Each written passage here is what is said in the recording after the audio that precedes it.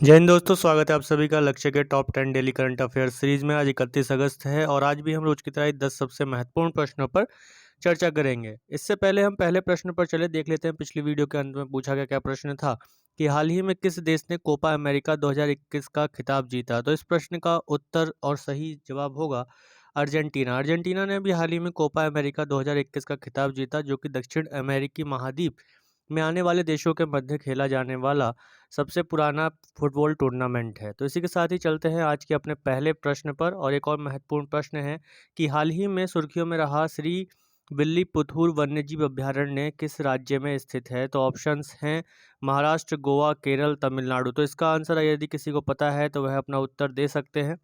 और ज़्यादा से ज़्यादा शेयर कीजिए अपने दोस्तों के साथ, सब्सक्राइब कीजिए। जिन लोगों ने अभी तक शेयर और सब्सक्राइब नहीं किया है उनसे मैं कहूँगा कि सब्सक्राइब करें। और इस वीडियो पर हमारे लाइक का जो एक टारगेट है, वह टारगेट क्या है? टारगेट 30 लाइक का टारगेट है। तो मैं चाहूँगा कि आप लोगों के सहयोग से वो 30 लाइक का टारगेट हमें मिलेगा। तो इसका आंसर क्या होगा? इसका आंसर होगा तमिलनाडु। क्या आंसर होगा इसका? इसका आंसर होगा तमिलनाडु। तो पश्चिमी घाट भारत का बायोडाइवर्सिटी हॉट स्पॉट होने के साथ साथ दुनिया के 8 हॉटेस्ट हॉट स्पॉट में से भी एक है। और आज हम घाट की बात इसलिए कर रहे हैं क्योंकि भारत सरकार के पर्यावरण मंत्रालय ने हाल ही में एक महत्वपूर्ण रिपोर्ट जारी की है, जिसमें कहा गया कि पश्चिमी घाट में श्रीविल्लीपुथूर ग्रिजल्ड स्क्विरल वन्यजीव अभयारण्य में लेपर्ड डेंसिटी सबसे ज़्यादा है। यानी कि जो तेंदुए की का घनत्व है, जनसंख्या घनत्व है, तेंदुए की संख्या घनत्व जो है वो सबसे अधिक है। और यह अभयारण्य तमिलनाडु में स्थित है और यहाँ प्रति 100 वर्ग किलोमीटर पर तेंदुओं का घनत्व सबसे अधिक देखा गया है। तो तमिलनाडु में वैसे तो तेंदुओं की संख्या 828 से 908 के बीच है। वहीं श्री विल्लुपुथूर अभयारण्य में लेपर्ड की जो डेंसिटी है या तेंदुओं का जो घनत्व है वह 20.43 प्रति वर्ग किलोमीटर में है। तो इसी के साथ ही अगर देखें तो यह अभयारण्य और मेघमलाई वन्यजीव अभयारण्य को संयुक्त रूप से टाइगर रिजर्व भी घोषित किया जा चुका है।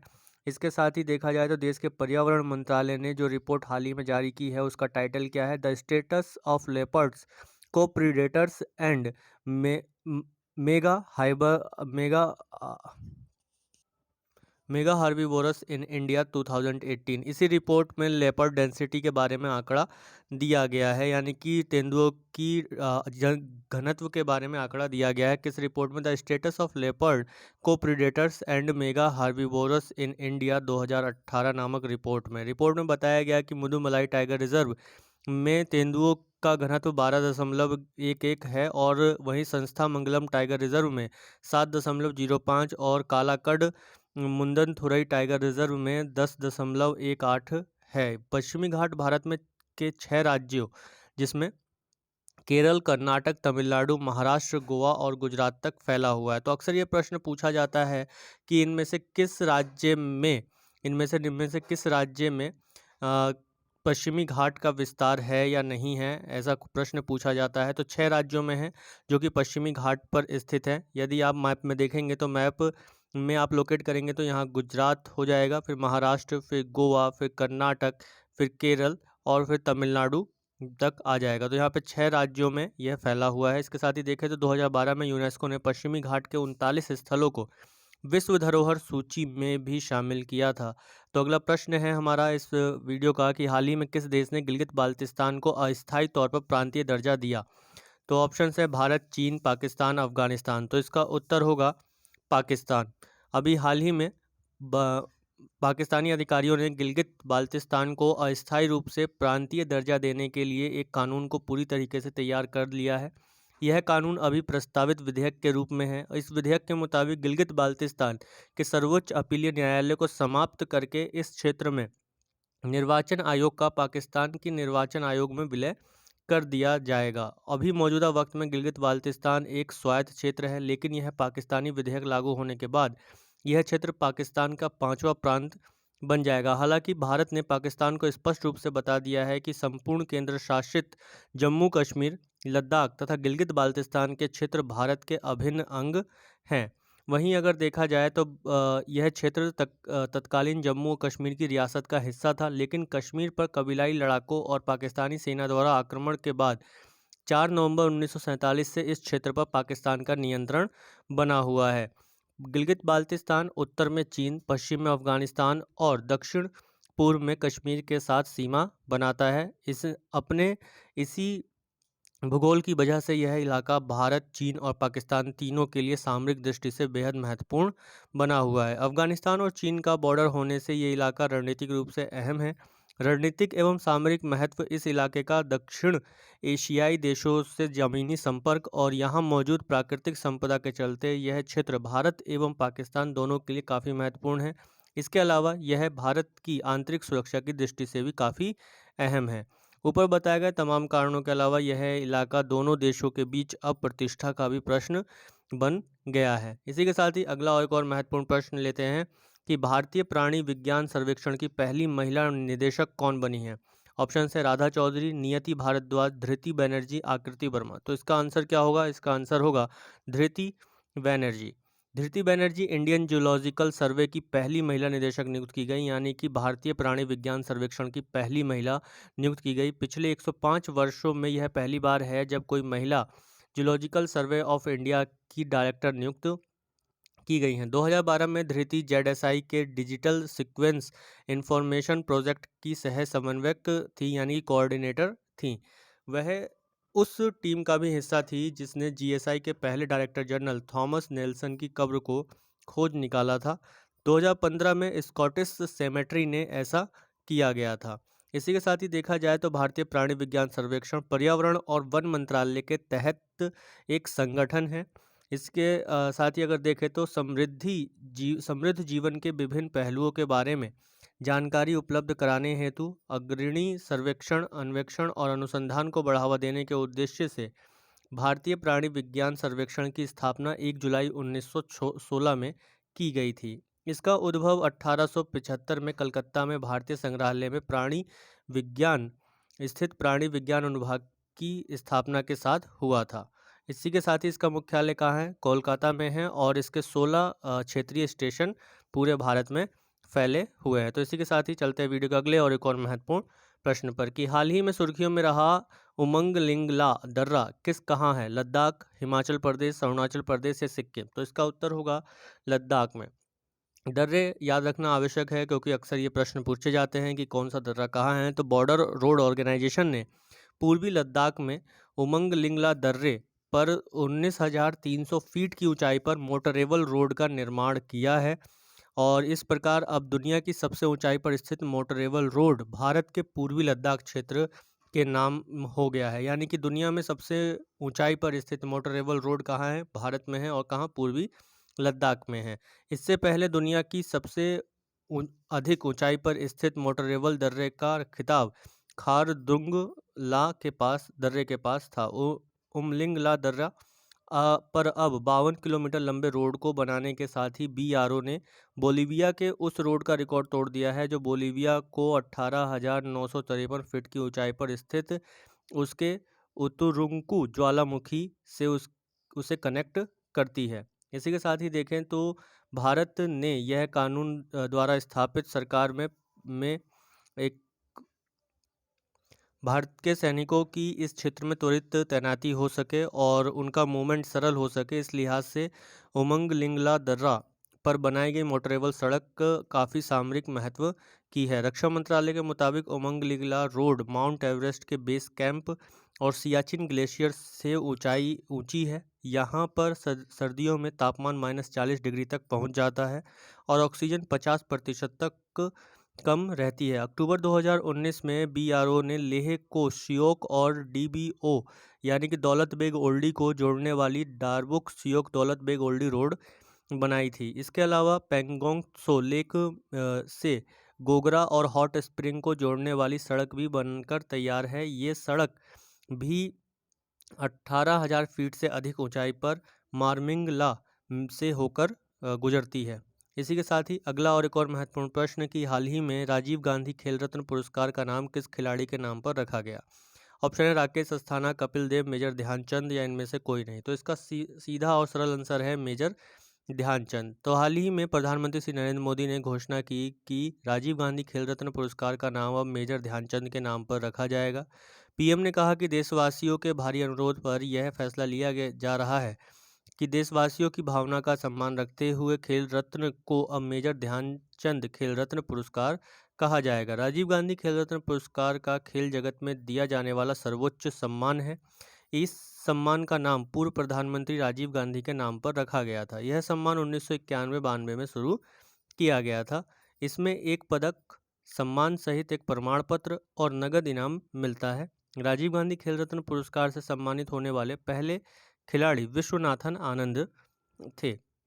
इसी के साथ ही देखें तो मेजर ध्यानचंद के बारे में आपको बताएं तो ये 16 साल की उम्र में भारतीय सेना में एक सिपाही के रूप में शामिल हुए थे और हॉकी खेलना शुरू किया था। हॉकी के इस महान खिलाड़ी ने 1928, 1932 और 1936 के ओलंपिक में देश का प्रतिनिधित्व किया और तीनों ही बार देश को गोल्ड मेडल दिलाने में कामयाबी हासिल की। गौरतलब है कि टोक्यो ओलंपिक में पुरुष और महिला हॉकी टीम का प्रदर्शन काफ़ी प्रशंसनीय रहा। देश के एक छोर से लेकर दूसरे छोर तक हॉकी के प्रति एक नए सिरे से रुचि उभर रही है। यह आने वाले समय में एक बेहद सकारात्मक संकेत भी है। इसी के साथ ही चलते हैं वीडियो के अगले और एक और महत्वपूर्ण प्रश्न पर कि हाल ही में सुर्खियों में रही जल संसाधन समिति की स्थायी समिति के अध्यक्ष कौन है? राजीव मित्तल, डॉक्टर नारायण मूर्ति, डॉक्टर संजय जायसवाल, अभिषेक राठी। तो इसका आंसर क्या होगा? डॉक्टर संजय जायसवाल।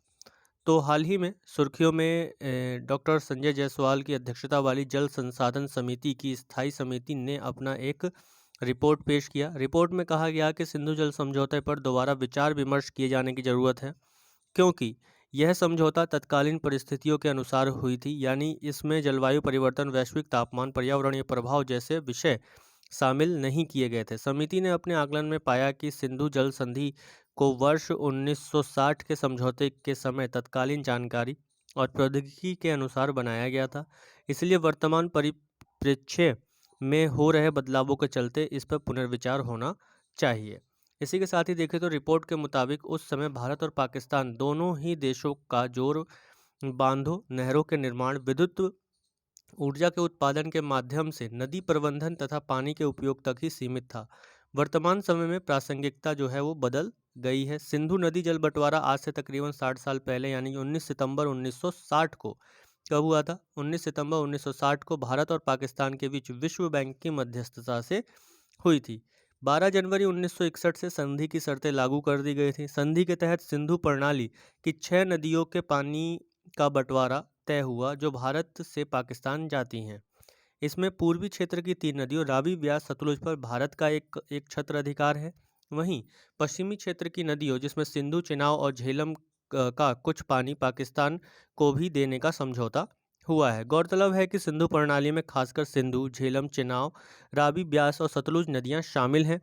इन नदियों के बहाव वाले क्षेत्र को ज़्यादातर भारत और पाकिस्तान साझा करते हैं। इसका एक बहुत छोटा हिस्सा चीन और अफगानिस्तान को भी मिला हुआ है।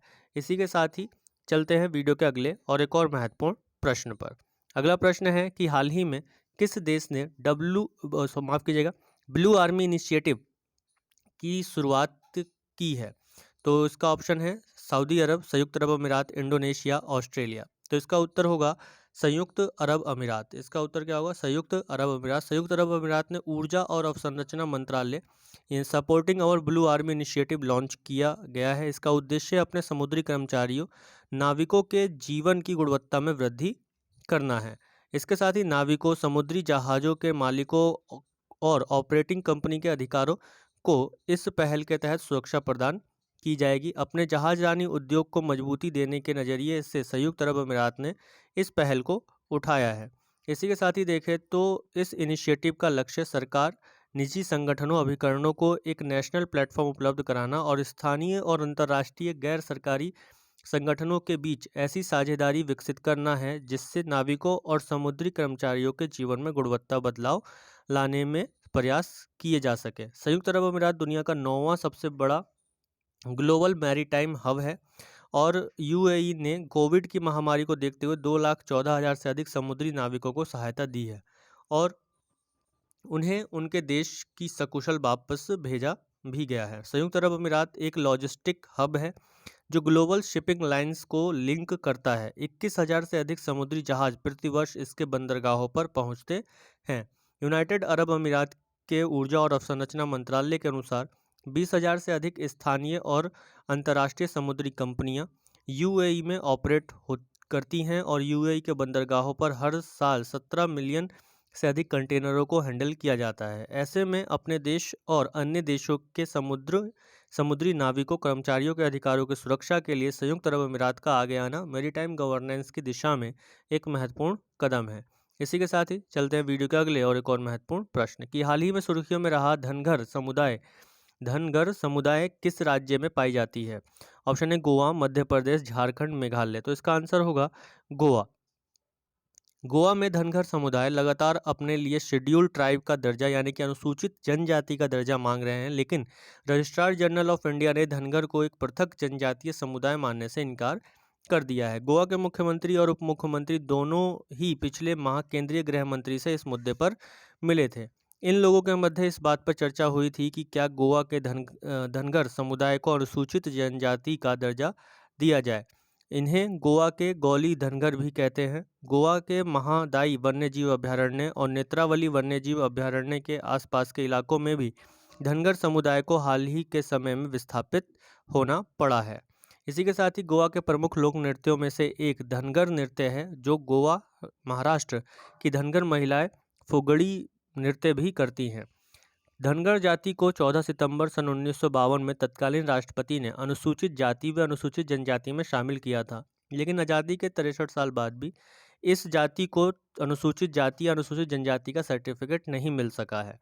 धनगर एक जाति है जो भारत के राज्य गोवा, महाराष्ट्र, हरियाणा, पंजाब, हिमाचल प्रदेश, कर्नाटक, तमिलनाडु, राजस्थान, गुजरात, उत्तर प्रदेश, उत्तराखंड एवं अन्य राज्यों में निवास करती है। धनगर समुदाय में जन्मी रानी अहिल्याबाई होलकर का सम्मान सभी धर्मों के लोग करते ही हैं। वहीं महाराष्ट्र में रहने वाले धनगर समुदाय की आबादी राज्य की कुल जनसंख्या का 9% है। धनगर मुख्य रूप से भेड़ बकरी चराने वाला समुदाय है जो पश्चिमी महाराष्ट्र और मराठवाड़ा में निवास करता है। इसी के साथ ही देखें तो महाराष्ट्र में भी धनगर समुदाय वर्षों से रहने वाली शेड्यूल्ड ट्राइब का दर्जा मांग रही है, लेकिन वर्तमान में यह महाराष्ट्र में विमुक्त जाति एंड नोमैडिक ट्राइब की सूची में रखा गया है। यानी कि जो घुमंतू जनजातियां होती हैं, नोमैडिक ट्राइब्स उन्हें बोला जाता है, जो एक खानाबदोश जनजाति होती है यानी घुमंतू। महाराष्ट्र में अनुसूचित जनजातियों की सूची में 36वें स्थान पर धनगर के बजाय धनगढ़ शब्द लिखा है। लिहाज पिछले 70 वर्षों से धनगर समुदाय को नुकसान हो रहा है। इसी के साथ ही चलते हैं वीडियो के अगले और एक और महत्वपूर्ण प्रश्न पर कि हाल ही में सुर्खियों में रही नागरहोल राष्ट्रीय उद्यान किस राज्य में है? तो ऑप्शन है मध्य प्रदेश, महाराष्ट्र, गोवा, कर्नाटक। तो इसका उत्तर होगा कर्नाटक। तो नागरहोल जो राष्ट्रीय उद्यान है वो कहाँ है?